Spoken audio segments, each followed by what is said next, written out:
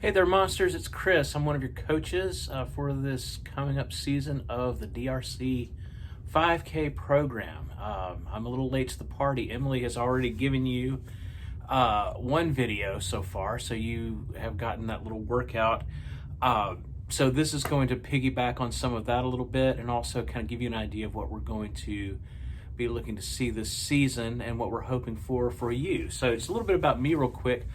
I was exactly where you are today a year ago. So this is my first season with the DRC was last spring, right before COVID hit us, and my wife and I joined then. We had a great time, and we've since been all in on this. And so I'm really pleased and flattered to be able to coach you through this season, share with you the things I've learned. So we're in this together. That's kind of how DRC works. Something I wanted to piggyback on what Emily was saying with your exercises. Those really are important. When you are running, you're going in a straight line, and your legs need to do more than that. You have muscles that are there to keep your ankles and your knees and your hips, all of them in line all the time, and they need to be strengthened too, especially when you're going to be using the forward pulling and pushing muscles really fast. You're going to need those other muscles to keep up with that. So as a way not to get yourself injured or find yourself a little niggles that make you want to stop, you want to do some of those. I ended up at a sports chiropractor because I did not pay attention to that. So Dr. Malloy's watching. I'm feeling much better now, so I'll be ready to roll and work with you guys. So remember, when we do these workouts, you've heard people say no pain, no gain. Well, no pain, no pain, no pain is kind of our philosophy here. This should not hurt. You should feel winded, you should feel a little tired afterward, but you're going to find a couple of things. One is that your aerobic fitness will come in pretty quickly. Your heart and your lungs will catch up. If you have this fear of having a flashback to high school gym class where you're running until you're completely out of breath and red in the face, that's not what we do here. Our goal is to get you able to run distances comfortably. And so you'll hear us talk a lot about paces like conversation pace, maybe we'll put some intervals in, and some progressions in toward the end of the program where you can really kind of feel your feet take off underneath you. But your heart and your lungs will get where they need to be pretty quickly. And what you're going to find is that the strength in your legs and in the way you carry your upper body, making sure that you are carrying it well and aiding your legs and doing it. And there's a lot of ways that you fight yourself from your waist up when you run that can get in your way as you're trying to go forward. But we'll work on all of those. Those won't be an issue for weeks, and probably not an issue at all. But I want to mention that those exercises really are important. We do an interval walking running program. So if we were going to be together, we'd get together on Saturday morning and we'd go for our first workout, and you'll see it posted online later, but I'll just go through the basics with you. With all of our workouts, we always do a 5-minute walking warm-up, and you should do the full 5 minutes. You're going to feel like, what am I doing? I'm getting out here. I joined a running program, not a walking program. Well, we do that. We really believe in walking and warming up, making sure your muscles know that it's time for them to get active. So all of our workouts begin with at least a 5-minute warm-up, and then we start our intervals with walking. And so this first workout, you're going to be walking for 5 minutes and running for 1. I think we repeat that either 5 or 6 times for a total of, I think that's about 34, 35 minutes. 37, I think, is how it works out. Anyway, I'm not your math guy. That's Emily. She's the engineer. But you'll see that, and we'll have some videos that'll walk you through that. I'm hoping to get a video up later this week that'll get you ready and walk you through that Saturday workout. But we're going to start by walking and running, and gradually you'll notice that the run intervals are getting longer and longer, where you're only taking those walk breaks for like a minute, for a couple of minutes, and then finally down to a minute between those intervals. And the run intervals are getting longer, 10, 15, 20 minutes each, getting you toward that 5K distance, 3.1 miles. So you're looking as a beginner, as you're just starting out, between 35 and 50 minutes maybe is the goal. My PR is just shy of 35, so I am not a speed demon by any means. So, but I do love to run, and I do like to talk about the mechanics of this stuff and how to have a really good time at it. Make sure you are doing that warm up, and also that you're cooling down afterward. So even if you're finishing on a walk interval, still walking back to your car, walking around your car a couple of times, walking back and forth in front of your house, make sure you're cooling down at least 5 minutes. And by that I mean you'll be walking pretty fast, because that's just what your body will do if you've been running. But you feel free to slow down and slow to a stroll before you actually stop your workout. A good way to time this is if you get an app that will let you set intervals, or if you have a watch that'll do that, even better. But there are free apps that will do that. That you can set 1 minute here, 5 minute there, and it will buzz or beep you when you hit those intervals. So a couple of items I want to talk to you about being safe while you're out, especially if you're going to be on the roads or out and about away from your car. Anytime I'm more than about a mile from my house, I always take this little bag with me. And it's not in there right now, but I keep my car key in there if I've driven someplace. So a lot of times I will drive over to the bathhouse at White Rock Lake, and I'll start there. And so my car key is in here, along with a mask. There have been times when I've gotten far enough away and decided it's not working for me today, and I have had to take an Uber back to the car. No shame in that. You can do that. I always take with me a driver's license and a debit card. Hold this up so you can't actually see what the numbers are, but driver's license and a debit card. And I also carry these with me, these little Go towels.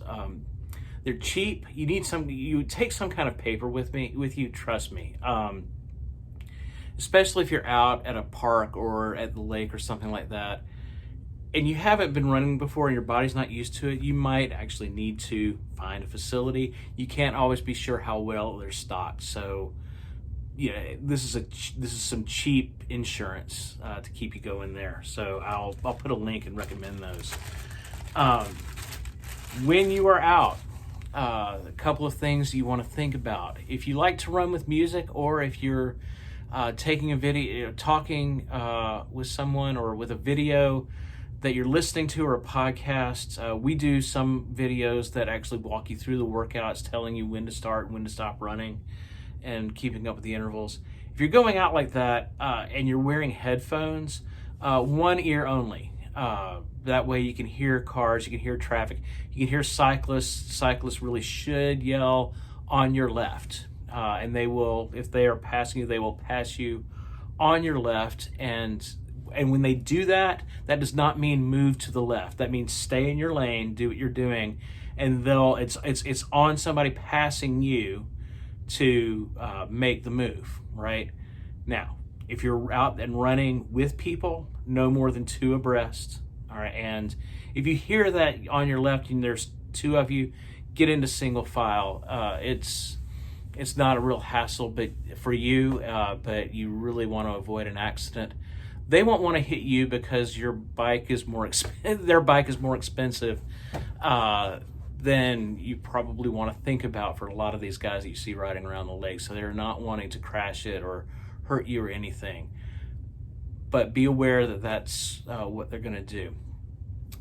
If you are out and on streets, You might be tempted to run on the sidewalk. That's going to be up to you. I tend to avoid running on the sidewalk because the trees that are in people's yards, the roots go underneath the sidewalks and they make them kind of bow up a little bit, and it's just enough where a clumsy oaf like me will hit that and trip on it, and my hands will be hamburger and I will be unhappy and everybody around me will be unhappy.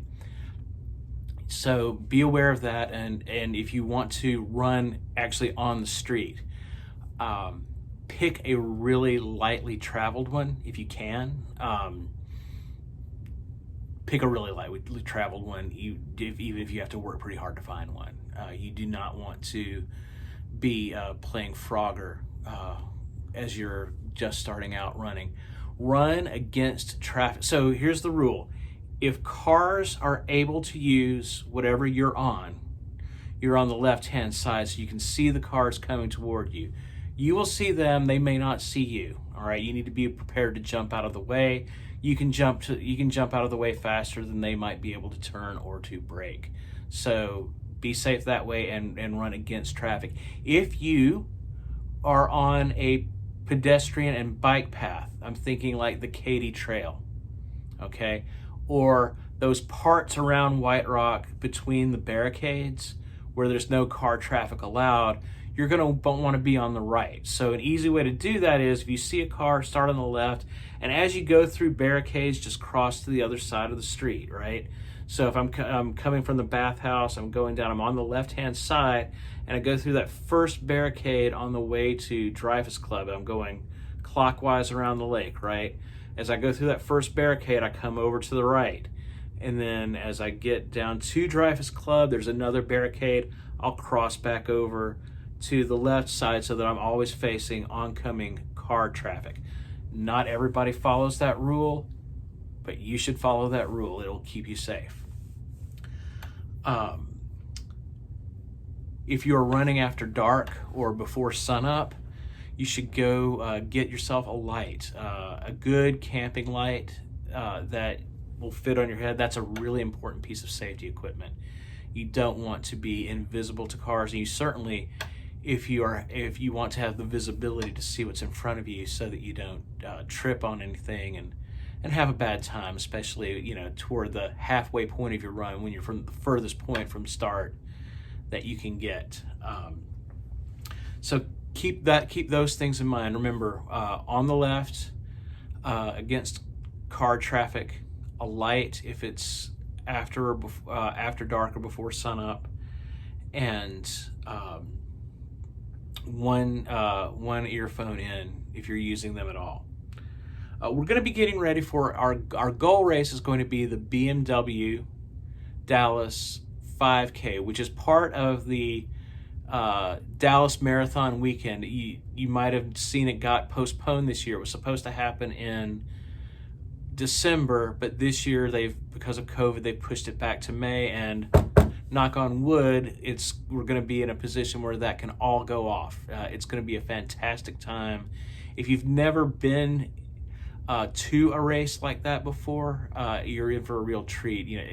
Your goal race will be that 5K, and towing the line down in front of City Hall with all those other runners who've been working for this long, and running past the little stops on the way where there'll be bands playing. The aid stations will have goodies for you, and it'll be a big party that we'll have when we do that. And then that's all part of that big weekend that we'll all celebrate, and all the other runners from the DRC, for the most part, have a goal race in that weekend. Our 10Kers, our half marathoners, our marathoners. We don't have an ultra group, I don't think, but Emily can correct me on that. But there will be some ultra runners. You'll see a lot of people doing their thing, and it's a really fun weekend and way to go. Think about volunteering for the day you're not running to help either the DRC aid station, or if you're with another group that's got a Gatorade stop on the way, or UCAN, I think it is. Consider giving that out and cheering on people who may be doing this for their first time. It'll be a lot of fun. But that's our goal race on May 2nd. You'll see that we have a couple of time trials built in.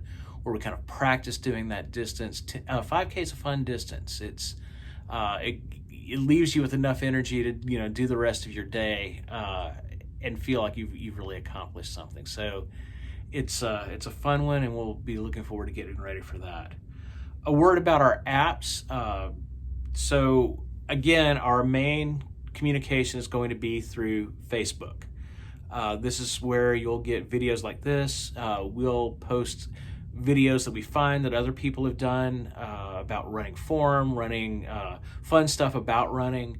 I like to put up any kind of running related fun thing that I can find. So we do a lot of feedback through there. Also, you can put your workout, so whatever app you're using to track your workout, put up your stats.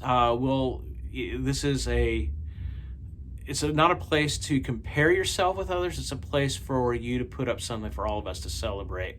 I really try to go in and look at everybody's workout and like it and say something about it. Sometimes I get behind, but I try to do that. Also think about, we have our Strava group. That's an easy way to keep track of some stats you may not be aware of. We'll talk later on in the season about monitoring your heart rate as we go along. Again, no pain, no pain, no pain. That includes your heart rate. So you don't want your heart going too fast. You want it within some certain zones, and there's a way to figure that out based on your age. It's not on your fitness. So what you'll find is you'll get to a target heart rate, and it will be very easy to get there as you first start out. What you'll find is as your conditioning improves, you're going to have to work a little bit harder to get your heart to beat that fast. That's a really good indicator that your conditioning is paying off and it doesn't leave you worn out. So we'll talk more about that later. If you have other apps that you like, Runkeeper is a great one. Map My Run is a good one. I think they're all free. And Run Go is one that we use in DRC a lot, where we have put some routes in there that if you plug into that, it'll give you turn-by-turn directions on where to go as it follows you in the GPS. And I think it may follow you if you have a GPS phone. It might do that. I know it'll certainly do that with a watch. So play with those a little bit and kind of see what kind of tech you can get. You certainly don't need to spend a lot of money on the tech with this. We'll talk later about some of the equipment you'll need vis-a-vis shoes and hats. A couple of things though: cotton is an enemy. It will chafe, and you get further away, you will blister all over yourself if you do that. Also think about getting some good running shoes. We'll talk more about that in a future video. You ought to be all right for this Saturday, because it's a run with just a couple of short running intervals with a lot of walk. You ought to be all right with whatever you are comfortable taking a walk in and exercising in for 35-40 minutes on any given day. Anyway, if you have any other questions, feel free to reach out to Emily or to me. If you want to talk about any situation you've got that you're worried about with running, feel free to reach out to us through Messenger. I sent everybody an email today, so you all have my email if you want to do that. And we'll look forward to running with you virtually, and hopefully we'll get this thing under control, and we might have a couple of runs together in this season face to face. I generally run on Saturday mornings. I leave from the bathhouse about 7:30, 8ish. I'll keep you posted. But if you're going to be running over at the lake, let me know where you're going to be. I'll look out for you, and we might get a mile in together or something like that. So I hope you're having a great time. I hope you guys are really excited about this, Monsters, and we'll look forward to seeing you out there soon. Bye-bye.